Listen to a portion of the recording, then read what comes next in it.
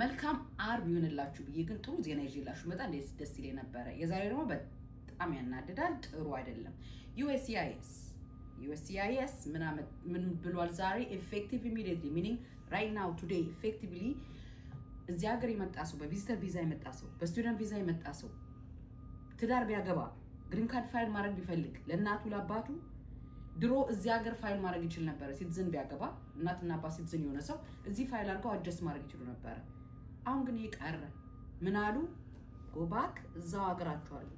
ይሄ ኤምባሲ ስራ ነው። እጅግ ብዙዎችን ያነጋገረው ሰሞነኛው የአሜሪካን ሀገር መንግስት ስደተኞችን በተመለከተ ያወጣው አዲስ መመሪያና ህግ ከዚህ በፊት ለዘመናት ያህል ሲሰራበት የነበረው ማለትም ጊዜያዊ የቪዛ አመልካቾች የተለያዩ ቪዛቸውን ጠይቀው ማለትም በትምህርት ወይም በስራ ወይም በጉብኝት ሊሆን ይችላል አሜሪካን ሀገር ገብተው የተሰጣቸው የቪዛ መቆያ ጊዜ ካለቀ በኋላ ብዙዎች አሜሪካን ሀገር መቅረት ሲፈልጉ ግሪን ካርድን አፕላይ አድርገው ወይም ግሪን ካርድን ጠይቀው እዛው ይቀሩ ነበር።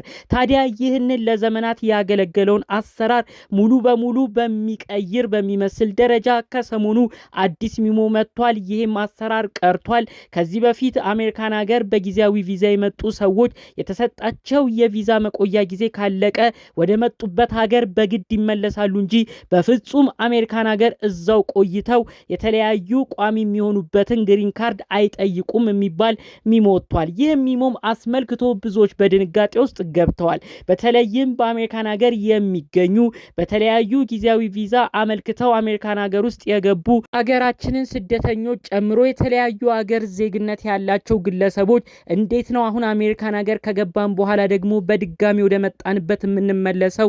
ይህ አሰራር የሚቀለበስበት ነገር አይኖርም ወይ በማለት ብዙዎች ስለ ጉዳዩ እየጠየቁ ይገኛሉ።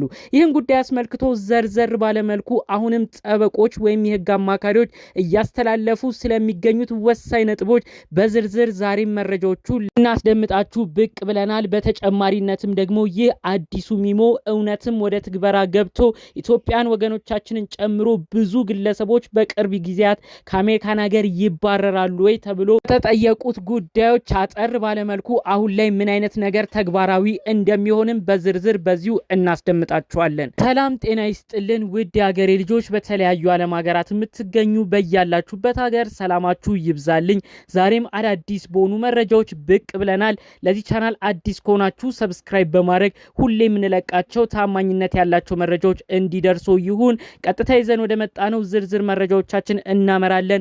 የዛሬው መረጃዎቻችን ብዙ ሰው ጋር እንዲደርስ ብዙ የተጨነቁ ሰዎችም ይህን መረጃ አይተው የተለያዩ መፍትሄዎችን እንዲወስዱ እባካችሁ አሁኑኑ ቪዲዮ ላይክ አድርጋችሁ ብዙ ሰው ጋር እንዲደርስ በዚሁ ጠይቃችኋለሁ። ቀጥታ ይዤ ወደ መጣሁት ዝርዝር መረጃዎቼ አመራለሁ። እንግዲህ ያለፈው ሳምንት አዲስ ሚሞ ከአሜሪካን ሀገር መንግስት ወይም ደግሞ በስፋት ስደተኞች ላይ ከሚሰራው USCIS ኦፊስ ነው እንግዲህ ይሄ መረጃ የተሰማው ማለት ነው። እንግዲህ ይህ ሚሞ በተለያዩ ቦታዎች እንደሰማችኋቸው በጊዜያዊ ፍቃድ አሜሪካን ሀገር የገቡ ሰዎች የተሰጣቸው የጊዜያዊ ፍቃድ የመቆያ ጊዜያቸው ሲያልቅ ወደ መጡበት ሀገር ሊመለሱ ግድ ይላል። ከዚህ በፊት እንደተሰራበት አግባብ ሆኖ ከእንግዲህ ግሪን ካርድን ጠይቀው ቋሚም ሆኖ መኖር አይችሉም የሚል ከበድ ያለ ሚሞ አውጥተው ነበረ። ታዲያ በዚህ ሚሞም በጣም ብዙዎች ተደናግጠዋል። ምክንያቱም እንግዲህ ብዙ ሰው በተለያዩ የሶስቱ የቪዛ አቤት አይነቶች ነው ወደ አሜሪካን ሀገር ገብተው አሜሪካን ሀገር መቆየት ፈልገው ግሪን ካርድን እየጠየቁ ስታተሳቸውን ይቀይሩ የነበረው ማለት ነው።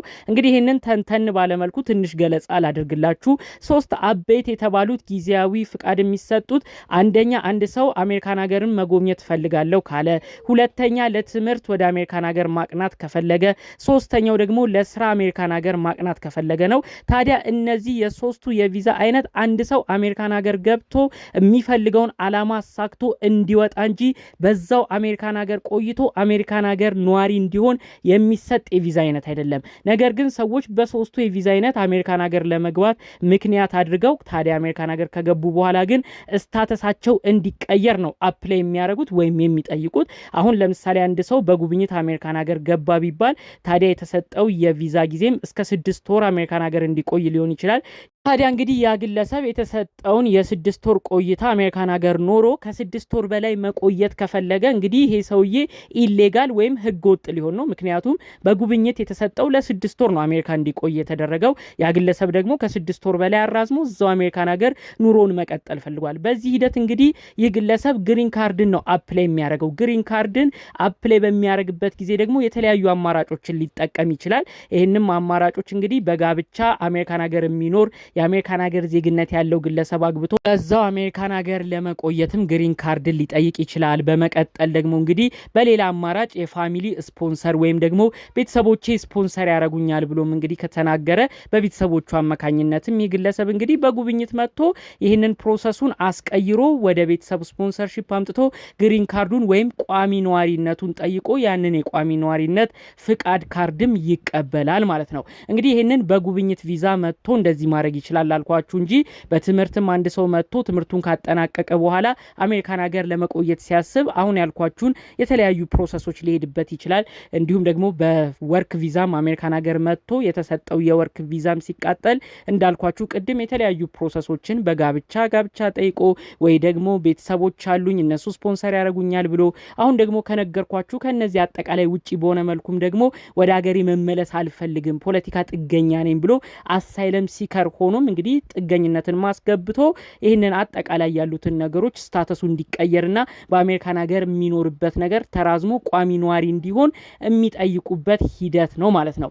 ታዲያ እንግዲህ ይህንን ሂደት ነው ሙሉ በሙሉ በሚባል ደረጃ የአሜሪካን ሀገር መንግስት ይሄ ነገር ትክክል አይደለም፣ አንድ ሰው አሜሪካን ሀገር ገብቶ ያንን ጊዜ ካለቀበት ወደ መጣበት ሀገር ተመልሶ ነው ግሪን ካርድ መጠየቅ ያለበት እንጂ በጊዜያዊ ቪዛ አሜሪካን ሀገር ከገቡ በኋላ ወደ ቋሚ ነገር መጠየቅ አይችሉም ሲል ነው እንግዲህ አዲስ ሚሞን ያወጡት ማለት ነው። ይሄ ሚሞ እንግዲህ ብዙ ህግ ክርክሮች እንደሚጠብቀው ነው አሁንም የህግ አማካሪዎች እየተናገሩ የሚገኘው ማለት ነው።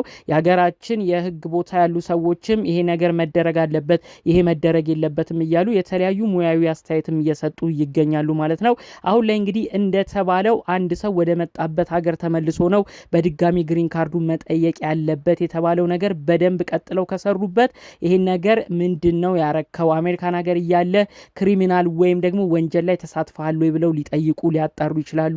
በመቀጠልም አሜሪካን ሀገር ከገባ በኋላም ኦቨርስቴ ሆነ ከተሰጠህ ቪዛ ጊዜ በላይም ቆይተሃል ወይ ተብሎም ሊጠየቅ ይችላል። ብዙ ነገር ሊመረምሩ ይችላሉ። የሚታወቅ ነገር የለም። ነገር ግን እነዚህ ነገሮች ሁሉ ከመገባታቸው በፊት ህጉ ምን እንደሚል ወደ መሬት ወርዶም እስኪጣራ ድረስ ሰዎች ወረቀታቸውን ከወዲሁ በደንብ እንዲያስተካክሉና ቶሎ መጨረስ ያለባቸውን ነገሮችን መጨረስ እንዳለባቸው ነው እንግዲህ የህግ አማካሪዎች እየተናገሩ የሚገኙት ማለት ነው። እንግዲህ አሁን አሜሪካን ሀገር ሆነው ግሪን ካርድን አፕላይ የሚያደርጉ ግለሰቦች የተለያዩ ጥያቄዎች አሁንም እንደሚጠብቃቸው ነው የህግ አማካሪዎች የተናገሩ የሚገኘው ማለት ነው። በተለይ በአበይትነት አንድ ሰው አሜሪካን ሀገር ሆኖ ምንም አይነት ወንጀል ንክኪ ውስጥ መግባት እንደሌለበት ይሄ ነገር ከዚህ በፊት ከነበረው በደንብ ሰፋ ባለመልኩ የአሜሪካን ሀገር ቪዛ ኦፊሰሮች ወይም ደግሞ ይህንን ቪዛ የሚሰጡ ግለሰቦች በደንብ እንዲያጣሩም ታዘዋል። ከሁሉ በፊት ግን ስደተኞች ማወቅ ያለባቸው አንድ ወሳኝ ነጥብ አለ ተብሎ ነው እንግዲህ በስተመጨረሻ መረጃውን በዚሁ የተሰማው። ይሄ ነገር በሚሞ ደረጃ ነው የወጣው። ነገር ግን ይህ ሚሞ ወደ ፖሊሲ ሲቀየር ነው ወደ መተግበር የሚሄዱት። ነገር ግን ወደ ፖሊሲ እስኪቀየር ብዙ ክርክሮች ያጋጥሟቸው ይሆናል። የአሜሪካን ሀገር ፌዴራል ኮርት ወይም ደግሞ ጠቅላይ ፍርድ ቤቱም ከተለያዩ የህግ አማካሪዎች ጋር በመሆንም ይህ ህግ እንዲቀለበስም ብዙ ጥረቶች ሊመጡ ይችላሉ። ስለዚህ ሰዎች መደናገጣቸውን ትተው ይህ ህግ እስካልጸደቀ ድረስ ተግባራዊም ስለማይሆን ወረቀቶቻቸውን ማስተካከል ያሉባቸውን ዋነኛ ጉዳዮች ማስተካከል እንዳለባቸውና ጊዜ መስጠት የሌለባቸውን ነገር ጊዜ ሳይሰጡ የተለያዩ የህግ አማካሪ ጠበቆችም ጋር እየተወያዩ ሰዎች ወረቀታቸውን ማስተካከል አለባቸው። ምክንያቱም በተለያዩ ጊዜያቶች የሚወጡ የተለያዩ ህጎች በየቀኑ እየተቀያየሩ ነው የመጡት። ይህ ደግሞ ለህግ አማካሪዎች ራሱ ግራ በሚያጋባ መልኩ ነው በየቀኑ ፖሊሲዎች እየተቀያየሩ ያሉት። ስለዚህ ሰዎች ቶሎ ወረቀት ማስተካከል ያለባቸውን ነገሮች ጊዜ ሳይሰጡ ወረቀታቸውን እያስተካክሉ መደናገጡን ትተው እያሉ ነው እንግዲህ በስፋት መልእክት መረጃቸውን ሲያሰሙ የነበረው ማለት ነው። በቀጣይ የሚኖሩትንም ዝርዝር ጉዳዮች እየተከታተልን የምናቀርብላችሁ ይሆናል። ለዛሬ ግን ይዘን የመጣ ነው ጠቅለል ያሉት መረጃዎቻችን ይህን ይመስሉ ነበር። በሌሎች አዳዲስ መረጃዎቻችን እስክንገናኝ ድረስ ሰላሙን ሁሉ ተመኘውላችሁ። ሰላም።